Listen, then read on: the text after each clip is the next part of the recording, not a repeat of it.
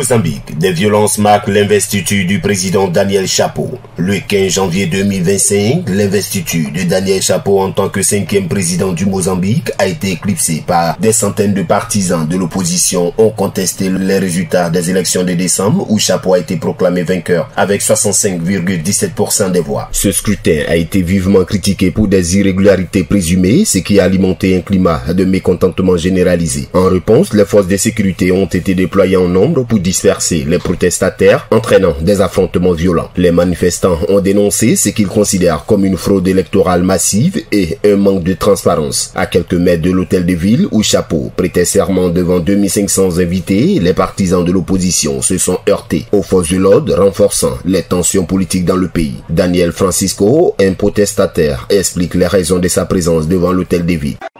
En ce moment, nous avons 2 présidents.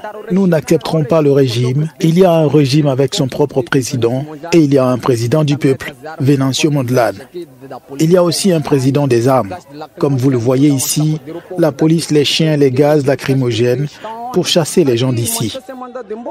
Ce climat de violence rappelle la polarisation politique qui caractérise le Mozambique depuis des années. Bien que le pays ait connu une certaine stabilité après la fin de la guerre civile, les rapports entre le parti Frelimo au pouvoir et la Renamo, ancienne fraction rebelle devenue opposition, restent tendus. Le président Chapo a promis d'œuvrer pour la réconciliation et l'harmonie sociale tout en insistant sur la nécessité de renforcer le dialogue national. Cependant, la violence qui a marqué son investiture met en lumière la difficile transition démocratique du Mozambique. Le pays se trouve à un tournant où la recherche d'une paix durable et d'un développement inclusif apparaît plus que jamais nécessaire.